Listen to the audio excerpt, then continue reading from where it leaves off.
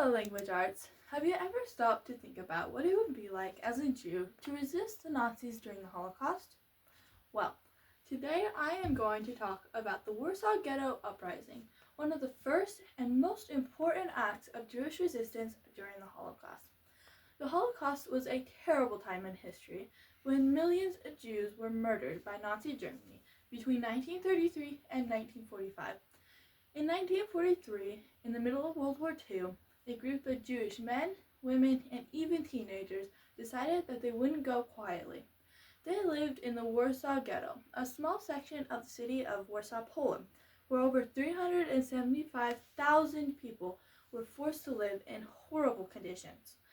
Imagine living in a space not even 2 square miles wide, with hundreds of thousands of people. There wasn't enough food, water, or medicine, and many families were packed into tiny, dirty rooms. People were starving and dying from sickness. Over 80,000 people died just from the awful living conditions. In the summer of 1942, things got even worse. The Nazis began tricking people into boarding trains to a place called Treblinka, which they said was just a place to resettle. They even offered bread and jam to convince people to go. But soon it became clear that Treblinka was a death camp. By September, 265,000 Jews had been taken away and murdered. The ones left behind were mostly teenagers who felt angry, heartbroken, and even guilty that they hadn't fought back sooner. And that's when they decided enough was enough. So, what did they do?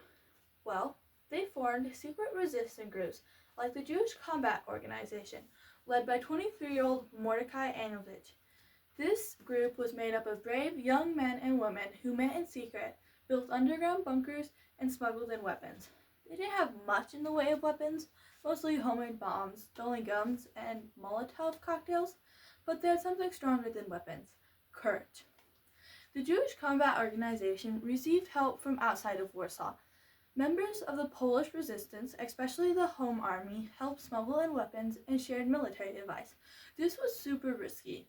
Anyone caught helping Jews could be killed, but people still helped because they knew that it was the right thing to do. The uprising began in April of 1943, when the Nazis returned to transport the last Jews out of the ghetto. But this time, the Jews fought back. They ambushed the Nazis, burned tanks, and held out for nearly a month, even though they had so little. Despite how hard they fought, the Nazis eventually crushed the uprising and destroyed most of the ghetto, but the Jewish fighters had left their mark. In his final letter, Mordecai Anovich said he was proud that the Jewish armed resistance had become a reality. The uprising became a symbol of hope and strength, and even inspired other acts of resistance in ghettos and concentration camps across Europe. Now, I hope you have a glimpse into what it took to resist during one of the darkest times in history.